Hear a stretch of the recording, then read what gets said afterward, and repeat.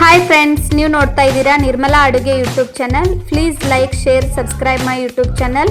ಇವತ್ತು ನಾವು ಅತ್ಯಂತ ರುಚಿಕರ ಚೌಳೆಕಾಯಿ ಪಲ್ಯನ ಯಾವ ರೀತಿ ಮಾಡೋಣ ನೋಡೋಣ ಬನ್ನಿ.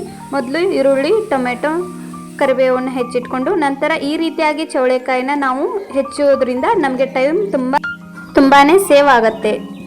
ಈಗ ಕಾದಿರುವ ಬಾಣಲೆಗೆ ಹೆಚ್ಚಿಕೊಂಡಿರುವ ಚೌಳೆಕಾಯನ್ನು ಹಾಕಿ ಚೆನ್ನಾಗಿ ಫ್ರೈ ಮಾಡೋಣ.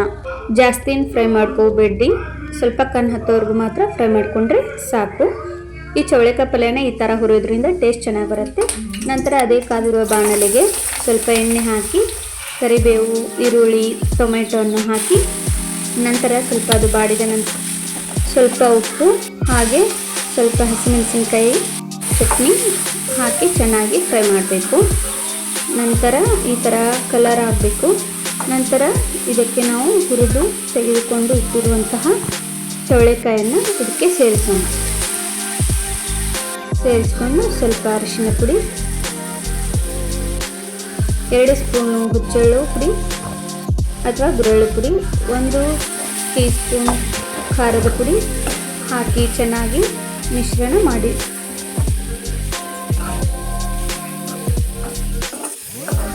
ಮಾಡಿದ ನಂತರ 3 ಕಪ್ನಷ್ಟು ನೀರನ್ನು ಸೇರಿಸಿದ ನಂತರ ನಾವು ಇದನ್ನು ಚೆನ್ನಾಗಿ ಮಿಶ್ರಣ ಮಾಡೋಣ. ಹೀಗೆ ಮಿಶ್ರಣ ಮಾಡಿದ ನಂತರ ಇದನ್ನು 5 ನಿಮಿಷಗಳ ಕಾಲ ಚೆನ್ನಾಗಿ ಕುದಿಯಲು ಬಿಡಬೇಕು. ನಾವು ಈ ಕಡೆಗೆ ಅದರ ರುಚಿಯನ್ನು ಇನ್ನೂ ಸ್ವಲ್ಪ ಹೆಚ್ಚಿಸಲು ಸ್ವಲ್ಪ ಶೇಂಗಾ ಹಾಗೂ ಮೆಂತ್ಯ ಇವನ್ನು ಚೆನ್ನಾಗಿ ಹುರಿದುಕೊಂಡು ಒಂದು ಮಿಕ್ಸಿ ಜಾರ್ಗೆ ಹಾಕಿ ಸ್ವಲ್ಪ ಕೊಬ್ಬರಿಯನ್ನು ಸಹ ಸೇರಿಸಿ ಗ್ರೈಂಡ್ ಮಾಡಿದ ಪೌಡರನ್ನು ಇದಕ್ಕೆ ಹಾಕೋಣ. ನಾನು ಇದಕ್ಕೆ ಸೇರಿಸೋದನ್ನು ವಿಡಿಯೋ ಮಾಡೋಕ್ಕಾಗಲಿಲ್ಲ, ಸಾರಿ.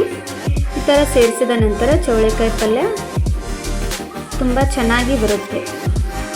ನಂತರ ಎಲ್ಲ ಚೌಳೆಕಾಯಿ ಪಲ್ಯ ಕುದ್ದ ನಂತರ ಒಂದು ಅರ್ಧ ಲಿಂಬು ರಸವನ್ನು ನಾವು ಇದಕ್ಕೆ ಸೇರಿಸೋಣ. ಇದು ಹುಳಿಯಾಗಿ ಚೆನ್ನಾಗಿ ಪಲ್ಯ ಬರುತ್ತೆ. ಇದನ್ನು ನಾವು ರೊಟ್ಟಿ, ಚಪಾತಿ ಜೊತೆ ನೆನೆಸ್ಕೊಂಡು ತಿನ್ಬೋದು. ನೋಡಿ, ಅತ್ಯಂತ ರುಚಿಯಾದ ಚೌಳೆಕಾಯಿ ಪಲ್ಯ ಸವಿಯಲು ಸಿದ್ಧ.